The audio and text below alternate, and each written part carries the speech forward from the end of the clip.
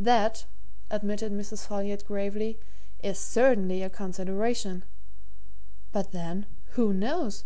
The money may have been stolen. No, really, did you ever hear of a quite respectable man who hadn't even a visiting card or a letter upon him? And from Australia, too, where all the people that are wanted run away to. I have actually been tempted to wonder, Dr. Bryce, if Dr. Ransford knew this man in years gone by. He might have, you know, he might have, certainly. And that, of course, would explain the flowers." "There is a great deal in the matter that requires explanation, Mrs. Folliot," said Bryce. He was wondering if it would be wise to instil some minute drop of poison into the lady's mind, there to increase in potency and in due course to spread. Of course, I may have been mistaken. I certainly thought Dr. Ransford seemed unusually agitated by this affair. It appeared to upset him greatly." "So I have heard from others who were at the inquest," responded Mrs. Folliot. "In my opinion, our coroner, a worthy man otherwise, is not sufficiently particular. I said to Mr. Folliot this morning on reading the newspaper that in my view that inquest should have been adjourned for further particulars. Now I know of one particular that was never mentioned at the inquest." "Oh?" said Bryce. "And what?"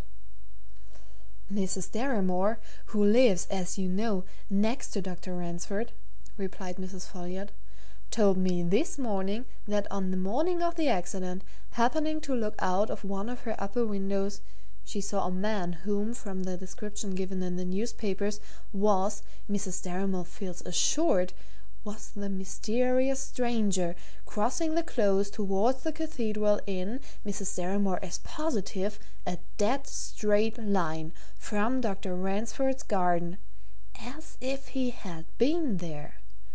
Dr. Bryce, a direct question should have been asked of Dr. Ransford. Had he ever seen that man before?"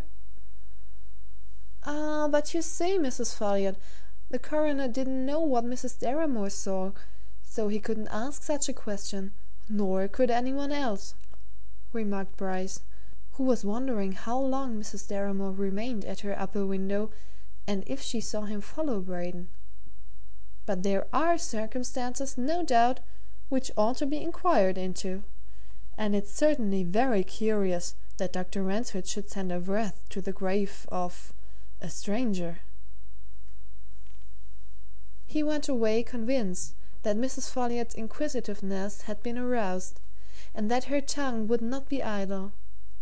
Mrs. Folliot, left to herself, had the gift of creating an atmosphere, and if she once got it into her head that there was some mysterious connection between Dr. Ransford and the dead man, she would never rest until she had spread her suspicions.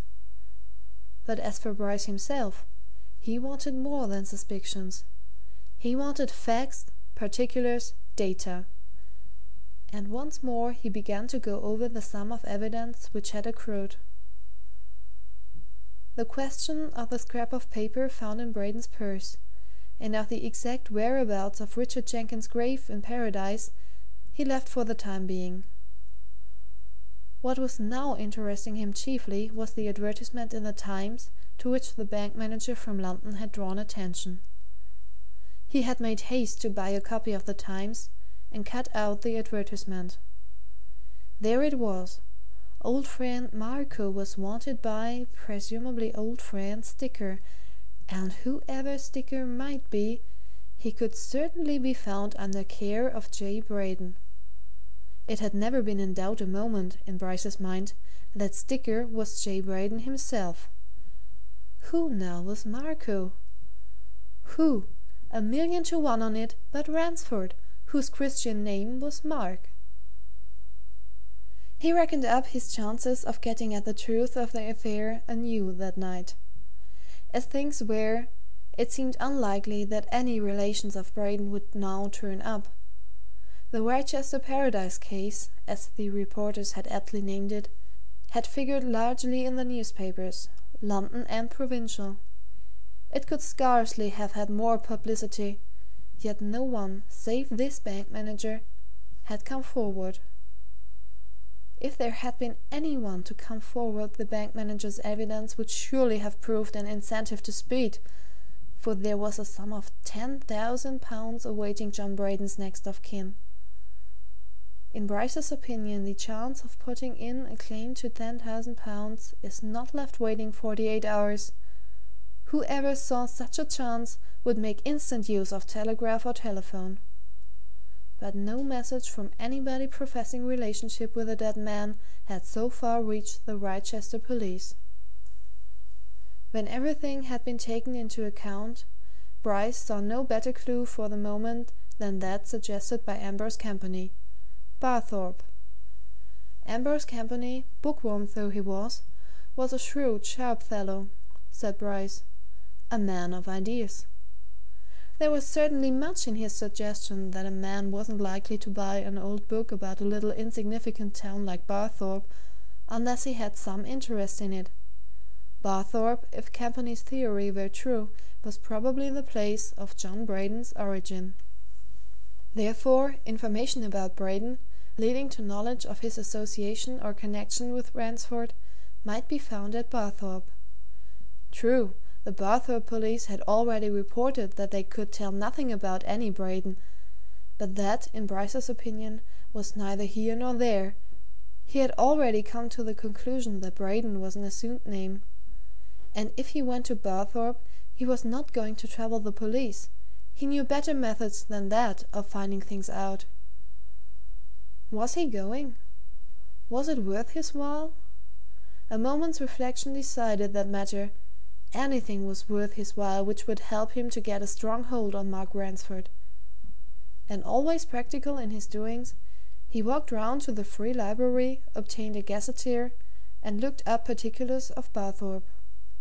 There he learned that Barthorpe was an ancient market town of 2,000 inhabitants in the north of Leicestershire, famous for nothing except that it had been the scene of a battle at the time of the Wars of the Roses, and that its trade was mainly in agriculture and stocking making. Evidently a slow, sleepy old place. That night Bryce packed a handbag with small necessaries for a few days' excursion, and next morning he took an early train to London. The end of that afternoon found him in a Midland Northern bound express, looking out on the undulating green acres of Leicestershire. And while his train was making a 3-minute stop at Leicester itself, the purpose of his journey was suddenly recalled to him by hearing the strident voices of the porters on the platform. "Barthorpe next stop! Next stop Barthorpe!" One of two other men who shared a smoking compartment with Bryce turned to his companion as the train moved off again. "Barthorpe?" he remarked. "That's the place that was mentioned in connection with that very queer affair at Wrychester that's been reported in the papers so much these last few days. The mysterious stranger who kept 10,000 in a London bank and of whom nobody seems to know anything, had nothing on him but a history of Barthorpe. Odd. And yet, though you'd think he'd some connection with the place, or had known it, they say nobody at Barthorpe knows anything about anybody of his name." "Well, I don't know that there is anything so very odd about it, after all," replied the other man. "He may have picked up that old book for one of many reasons that could be suggested. No, I read all that case in the papers, and I wasn't so much impressed by the old book feature of it. But I'll tell you what, there was a thing struck me. I know this Barthorpe district. We shall be in it in a few minutes. I've been a good deal over it. This strange man's name was given in the papers as John Braden. Now, close to Barthorpe, a mile or two outside it, there's a village of that name, Braden Medworth. That's a curious coincidence, and taken in conjunction with the man's possession of an old book about Barthorpe, why, Perhaps there's something in it possibly more than I thought."